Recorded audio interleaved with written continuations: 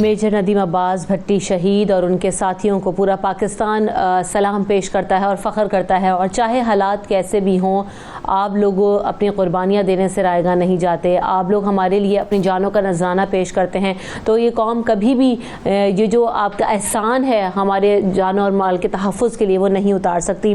तो हमारी हिफाजतों के मुहाफ़िज़ रहते हैं। और जैसे कि अभी आपने पैकेज में भी देखा कि किस तरीके से आपकी शहादत हुई। जुम्मे के रोज़ आप रोज़े की हालत में थे, 8 मई को आपकी शहादत हुई। तो आपकी ज़ात के हवाले से कुछ बात करेंगे और उनके घर वालों के क्या तासुरात हैं, इन पे क्या सोच रहे हैं, आज उनको शामिल करते हैं। मुबश्शिर अब्बास भट्टी साहब मेरे साथ मौजूद हैं, जो कि उनके भाई हैं। आपको वेलकम करते हैं शो में। एक तो सबसे पहले मुझे समझ में नहीं आ रहा मैं आपसे ताज़ियत करूं, फ़ख्र करूं या आपका शुक्रिया अदा करूं कि ऐसे ख़ानदान के लोग, ऐसे घर वाले, बड़ी हिम्मत चाहिए, बड़ी जो है ना वो सताअत चाहिए कि आप ये लोग अपनी अपनी जानों का नजराना पेश करते हैं हमारे लिए। लेकिन शहीद जैसा कि हम कहते हैं कि कभी मरा नहीं करते, वो ज़िंदा हैं, हमारे दरमियान हैं, हमारी दुआओं में हमेशा रहेंगे। गुफ्तगू का आगाज़ सबसे पहले यहीं से करेंगे। भट्टी साहब, कुछ उनके बारे में शेयर कीजिएगा। क्या मोटिवेशन थी, किस तरह के जज्बात रखते थे अपनी कौम के लिए और अपने मुल्क के लिए? नदीम को ये आर्मी में जाने का शौक उसके वालिद की ख्वाहिश पे हुआ था और पाकिस्तान के लिए उसकी बड़ी सोच जो है वो बहुत मुल्क के बारे में बड़ा जज्बा रखता था वो, और हमेशा से उसकी ये ख्वाहिश रही और उसने हमेशा इसका इजहार किया है कि मुझे अल्लाह ताला शहादत की मौत नसीब करे। उसने ये शहादत उसने अपनी आरज़ू और अपनी ख्वाहिश से ली है। किसी भी हमें कोई भी इसका कोई तासुब या अफसोस नहीं है।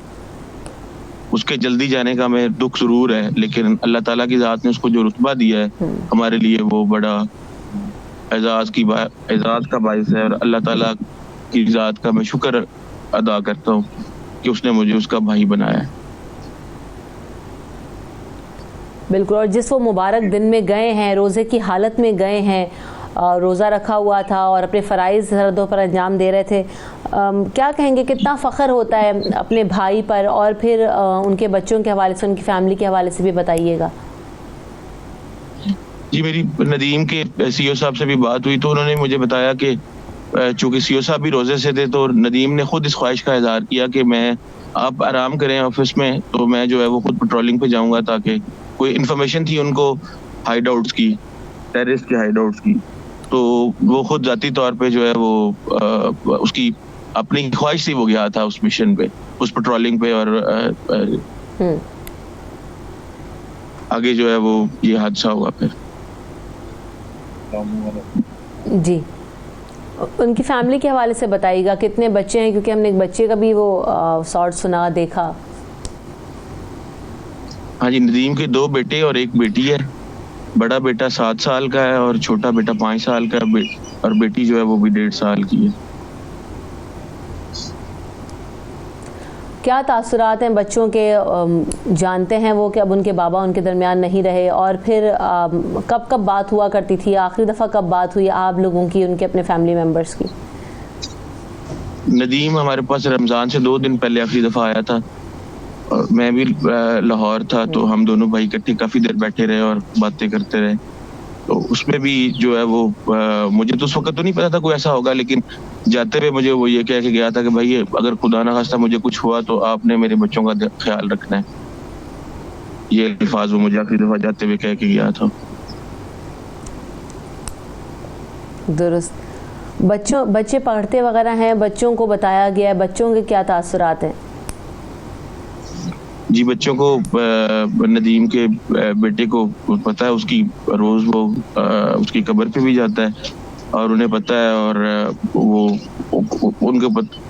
वो जानते हैं कि उनका बाप शहीद हुआ, इस मुल्क के लिए शहीद हुआ है।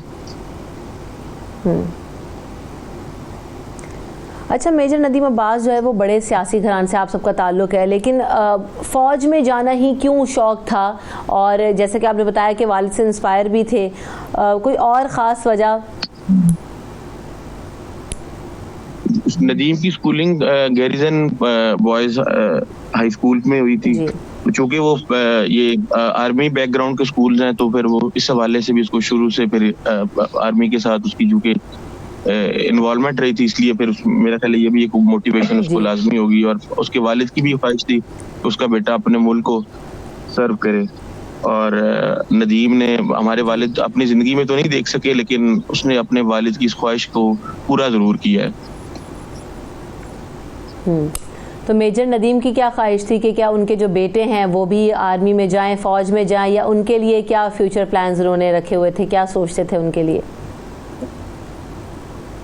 ندیم کی بھی یہی خواہش تھی کہ اس کے بچے جو ہے وہ ندیم کے بعد چونکہ اس کے بچے بھی جو ہے وہ APS آرمی پبلک اسکول میں پڑھ رہے تھے، اور ان کے بچوں کے معاملے میں وہ بڑا کوشش تھا۔ تو لیکن اب ندیم کی شہادت کے بعد کم از کم میں اپنے خاندان کی طرف سے، اور ہماری یہ بھرپور خواہش ہے کہ اگر میرے بچے ہیں، 3 بچے ہیں، ندیم کے 2 بچے ہیں، ہمارا ہر بچہ فوج کے لیے ضرور اپیئر ہوگا ضرور۔ اگر ان دہشت گردوں نے ہم سے 1 ندیم لیا، اور میں یہ وعدہ کرتا ہوں کہ میں انشاءاللہ 5 ندیم اور پاک آرمی کو دوں گا انشاءاللہ تعالی۔ لوگوں کو کیا پیغام دینا چاہیں گے، اور پاکستانی عوام کے لیے، پاکستانی قوم کے لیے کیا کہنا چاہتے ہیں آپ اس پلیٹ فارم سے؟ جب تک یہ پاکستان قائم ہے تب تک ہم لوگوں کی بقا ہے، اور یہ جو ہمارے دشمنان پاکستان ہیں، اگر یہ لوگ یہ سمجھتے ہیں کہ جی اس طرح سے ایک میجر کو یا کچھ ہمارے آرمی والوں کو شہید کر کے تو یہ پاکستان کی جڑیں کھوکھلی کر لیں گے، تو انہوں نے ہمیں مضبوط کیا ہے، ہم مزید مضبوط ہوئے انشاءاللہ۔ آنے والے وقت میں میرے خاندان سے، میری ذات سے جو کچھ ہم پاکستان کے لیے کر سکے ہم ضرور کریں گے، اور ہماری یہ ندیم کا خون تب رائے گاں جائے گا اگر یہ دشمنان پاکستان فتح پا گئے، پاکستان کو توڑ لیا انہوں نے۔ تو اگر انہوں نے توڑ لیا تو پھر ہم سمجھیں گے کہ ہماری قربانی رائے گاں گئی ہے، لیکن ہم انشاءاللہ اس کو رائے گاں جانے نہیں دیں گے۔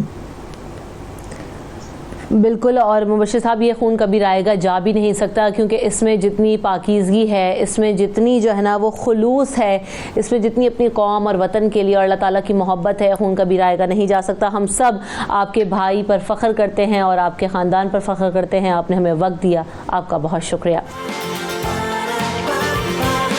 صبح سویرے پاکستان